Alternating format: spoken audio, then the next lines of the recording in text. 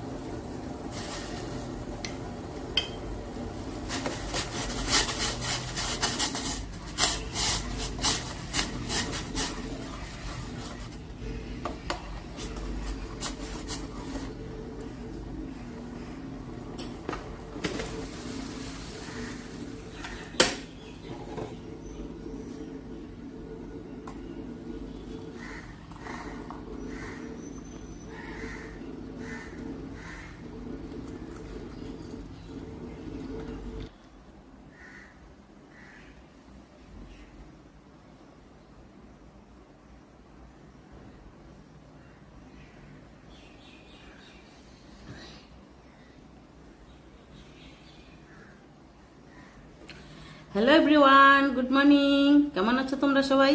আশা করি যে যেখানে আছো সুস্থ আছো, ভালো আছো। আমরাও ভালো আছি। আর এই যে সকালে জল দিয়ে শুরু হলো, এখন কফিটা খাবো। কফিটা খেয়ে তারপরে প্রতিদিনের যা কাজ কর্ম, রান্না বাড়ি এই চলবে এখন সারাদিন। তোমরা আমার সঙ্গে থাকো। তো চলো, আজকে ব্রেকফাস্টে বানাবো আপ্পাম আর চাটনি। তো আপ্পাম বানাতে কি কি লাগছে, এই যে কুচিয়ে রেখেছি, পেঁয়াজ কুচিয়ে রেখেছি, তারপরে টমেটো আর কাঁচা লঙ্কা, ক্যাপসিকাম এইসব কুচিয়ে রেখেছিলাম। আর ভিজিয়ে রেখেছিলাম সকালে, দেখানো হয়নি তোমাদের, 1 কাপ সুজি ভিজিয়ে রেখেছিলাম। তো আর ওখানে আমি ওটস পাউডার দিয়ে বানাবো, 1 কাপ ওটস পাউডার, 1 কাপ সুজি। তো দেখো এই যে ভিজিয়ে রেখেছি। কিন্তু এটা সুজি দিয়ে দই দিয়েই বানায় অ্যাকচুয়ালি। তো আমি বানাচ্ছি বানালাম কি বলে, ওটস পাউডার দিয়ে। দই ছিল না, দেওয়া হয়নি। তো এগুলো সব মিশালাম, এই যে পেঁয়াজ, কাঁচা লঙ্কা, পেঁয়াজ কুচি, তারপরে টমেটো কুচি, ক্যাপসিকাম কুচি, ওগুলো সব দিলাম। তো এই যে কাঁচা লঙ্কাটা কুচিনো হয়নি, ওইটা কুচাচ্ছিলাম। তো ওগুলো সব দিয়ে মিশিয়ে ভালো করে বানাবো। আর এই যে আপ্পাম মেকারটা বসিয়েছি, তাওয়াটা, ওর মধ্যে ছোট ছোট ছোট ছোট গোল করা আছে, ওগুলোতে দিতে হয়। তো এই যে ব্রেকফাস্টটাতে ভালো, কিন্তু তেল বেশি লাগে না। এটাও একটা হেলদি ব্রেকফাস্ট। তো তেল তো লাগে না, ডিপ করতে হয় না, অল্প গ্রিস করেই বানানো যায়। এটাও সাউথের খাওয়া। আমাদের এদিকে তো হয়তো কেউ জানে, কেউ জানে না, বেশিরভাগ জানে না হয়তো, কিন্তু সাউথে তো ওরা খায়ই এটা। এগুলো খায়, ইডলি, ধোসা, বড়া, এগুলো আপ্পাম, এগুলোই ওদের ব্রেকফাস্ট। তো এই যে অল্প অল্প করে তেল গ্রিস করব, একদমই অল্প, সামান্য। তো তেলগুলো দিয়ে প্রত্যেকটা কাঁচা এই যে গোল গোল করা আছে, প্রত্যেকটাতেই তেল দেবো, দিয়ে গ্রিস করে নিচ্ছি। এই যে তেল লাগিয়ে দিলাম, তেল লাগাচ্ছি প্রত্যেকটা ইয়েতেই গোল গোল করা আছে। এখানে আছে 12টা ছোট ছোট ছোট ছোট করে 12টা। তো 12টা দুবার বানালেই আমাদের হয়ে যায় সবার। তো ওখানে তেল লাগালাম, এখন তেল লাগিয়ে তারপরে ওই মিশ্রণটা যে বানিয়ে রেখেছি এটা এখন অল্প অল্প করে 1 চামচ 1 চামচ করে দেবো। ছোট ছোট তো অল্প চামচ দিয়েই ভরে যায়, বেশি দিলে তো আবার ইয়ে হয়ে যাবে, একটার সাথে আরেকটা লেগে যাবে। তো ছোট ছোট ছোট ছোট করে 1 চামচ করে দিলেই হয়ে যায়। তো অল্প অল্প অল্প করে। আর দেখো কেমন ব্যাটারটা, বেশি পাতলা হবে না, বেশি অতিরিক্ত বেশি ঘনও হবে না, বেশি পাতলাও হবে না, একটুখানি যেমন ধরনের মানে ইয়ে হয় যেন একটার সঙ্গে একটা লেগে না যায় এরকম। তো একটু একটু করে 1 চামচ 1 চামচ করে যে সবটাতেই দেবো, প্রত্যেকটাতেই দেবো, দিয়ে এই প্রত্যেকটাতেই দিচ্ছি অল্প অল্প করে। অল্পই ভেজিয়েছিলাম, বেশি ভেজালে আবার খাবে না, ওগুলো নষ্ট হবে, ওই জন্য অল্পই করেছিলাম। তো এপাশে দেখো ওটা দিয়ে তো ঢেকে দিলাম। এপাশে একটা কড়াই বসিয়েছি চাটনির জন্য। তো কড়াইটা ততক্ষণে গরম হোক, ততক্ষণে আপামগুলো একটু উল্টে পাল্টে দিই। উল্টে পাল্টে দিতে হবে, এক পাশে হয়ে যায় আরেক পাশে একটু উল্টে দিতে হয়, তো কাঁচা থাকবে না। এই পাশে উল্টে দিয়ে কড়াইটা ততক্ষণে গরম হচ্ছে।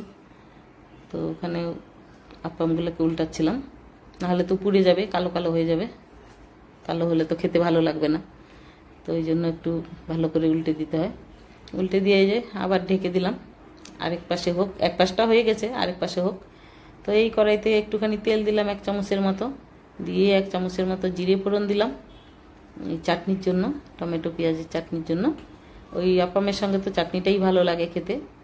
তো জিরে ফোড়ন দিয়ে তারপরে কয়েকটা রসুন, 6-7 কলির মতো রসুন দিলাম, আর কয়েকটা পাকা লঙ্কা দিলাম। শুকনো লঙ্কাও দেওয়া যায়, শুকনো লঙ্কা ছিল না আমার কাছে, ওই জন্য পাকা লঙ্কা কয়েকটা দিলাম। পাকা লঙ্কাগুলো খুব ঝাল, আর এটাও ভালো, লাল লাল হয়ে যায়। তো পাকা লঙ্কা দিলাম, তারপরে একটা বড় ধরনের বড় সাইজের পেঁয়াজ কেটে রেখেছিলাম টুকরো করে, ওটা দিয়ে দিলাম। ওটা দিয়ে একটু পেঁয়াজটাকে ভেজে ভেজে নেব, কেন কি পেঁয়াজের কাঁচা গন্ধ থাকলে তো ভালো লাগবে না। পেঁয়াজটা একটু ভাজা ভাজা হয়ে যাক ততক্ষণে। ততক্ষণে আমি আপামগুলো আরও দেখছিলাম যে হলো কি না, কাঁচা আছে না হয়ে গেছে।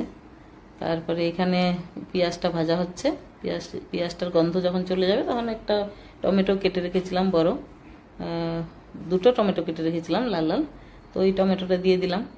এখন টমেটোটা দিয়ে আর একটু ভাজতে হবে, পেঁয়াজটা তো ভাজা হয়ে গেছিলো, রসুন লঙ্কাগুলো হয়ে গেছে। এখন টমেটোটা দিলাম, টমেটোটা একটু লাল লাল হয়ে যাবে, টমেটোর কাঁচা গন্ধটা চলে যাবে, না হলে তো চাটনি ভালো লাগবে না খেতে ভালো করে ভাজা না হলে। তো একটুখানি লবণ দিলাম যাতে টমেটোটা একটু তাড়াতাড়ি নরম হয়ে যায়। তো একটুখানি লবণ দিয়ে এটা ভাজা হচ্ছে, ভাজা হোক ততক্ষণে। আর 8-10টা কারি পাতা দিলাম, কারি পাতাটা দিলে একটু সেন্ট ভালো হবে চাটনিটাতে। পরেও দেবো তেলে ভেজে সরিষার কারি পাতা, এখন কয়েকটা দিলাম চাটনিতে একবারে ইয়ের জন্য। তো এটা হোক ততক্ষণে আপামগুলো দেখি কি অবস্থা হলো কি না। তো উল্টে উল্টে দেখছিলাম যে হচ্ছে কি না, হয়েছে কি না। তো হয়ে গেছে প্রায়, তুলে নেব।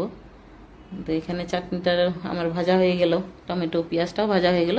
এটা একটা প্লেটে ঢেলে নিলাম, যাতে ঠান্ডা করতে হবে মিক্সিতে বাটবার জন্য, মিক্সিতে পেস্ট করে নেব। তো একটু ঠান্ডা করেই দিতে হবে, গরম তো আর মিক্সিতে দেওয়া যাবে না, তো একটু ঠান্ডা করতে হবে।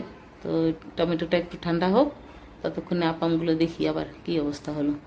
তো মনে হয় হয়ে গেছে, এই যে তুলে নিচ্ছি, হয়ে গেছে, তো ভালোভাবে হয়ে গেছে। সুজি দই দিয়ে বানালেও ভালো হয়, আর ওটস দিয়ে বানালেও ভালো হয়। আমি ওটস পাউডার আর দিয়েছি। তো হয়ে গেছে, এই যে সবটাই তুলে নিলাম। আর একটুখানি আছে, অল্পই তো ভিজিয়েছিলাম, অল্প ভিজিয়েছিলাম, হয়ে গেল। তো আরেকটু তেল গ্রিস করে নিচ্ছি, এই আরেকটু তেল গ্রিস করে নিচ্ছি, তো আরেকবার হবে। তো তেল গ্রিস করা হয়ে গেল, এখন এই যে আরেকটু করে দিচ্ছি। আর কটা হবে, আর মনে হয় 12টা হবে না, আর অল্প ছিল। তো যতটুকু হয় আমাদের হয়ে যাবে 3 জনার। তো এই যে, তো 3টা দিয়েছি, দেওয়ার পরে মনে পড়লো যে একটু করে সরিষা আর একটা করে কারি পাতা দিই, তো এরকমও ভালো লাগে খেতে। মনে পড়লো যে একটু করে সরিষা আর কারি পাতা দিয়ে তারপরে ব্যাটারটাকে দিব। তো ওই যে দেখো ওইটাই করছি, একটু করে সরিষা দিলাম আর একটা করে কারি পাতা দিলাম, দিয়ে ব্যাটারটা দিব, দিয়ে ব্যাটারটা দিয়ে দিব। তো এই যে একটা করে কারি পাতা দিচ্ছিলাম, কারি পাতা ছিল কয়েকটা, তো এখানে তো 12টা মানে হবে না, একটুখানি ছিল, 12টা হবে না, তো যতটুকু হয় আর কি হয়ে যাবে সকালের জলখাবারে। এই তো 2-3টে কম পড়েছে আর কি, যে হয়েই গেছে প্রায়, 2-3টে আর হয়নি। তো এগুলো দেওয়া হয়ে গেল সব, এটা হয়ে যাবে তাহলেই শেষ।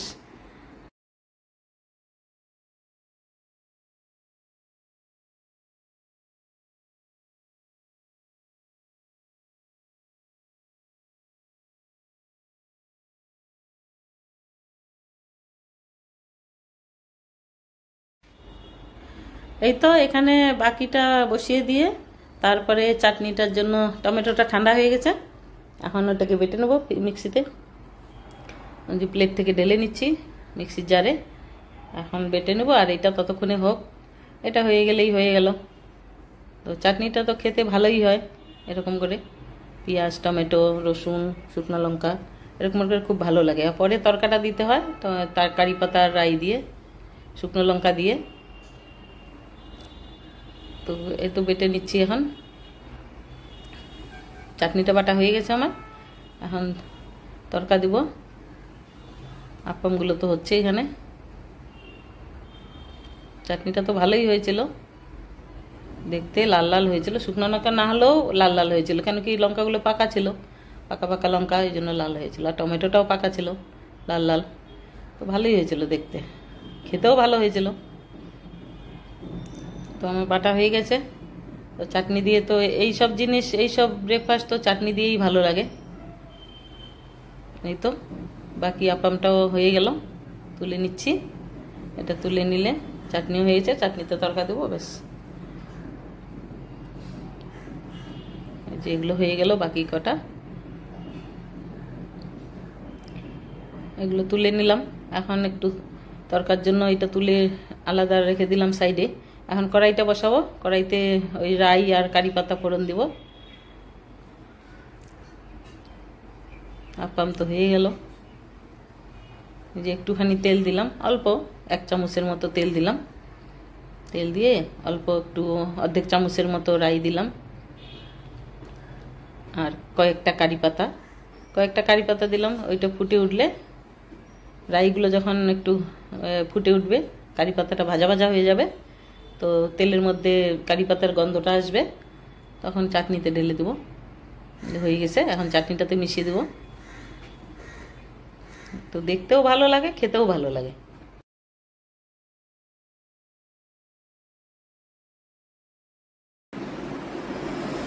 এই যে আমাদের জলখাবার আজকের আপ্পাম আর এই যে চাটনি।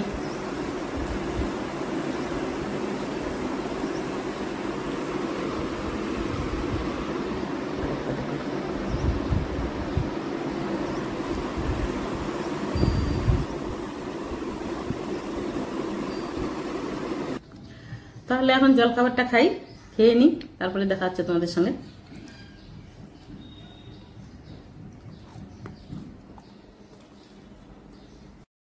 তো এই তো ব্রেকফাস্ট তো তৈরি হয়ে গেল।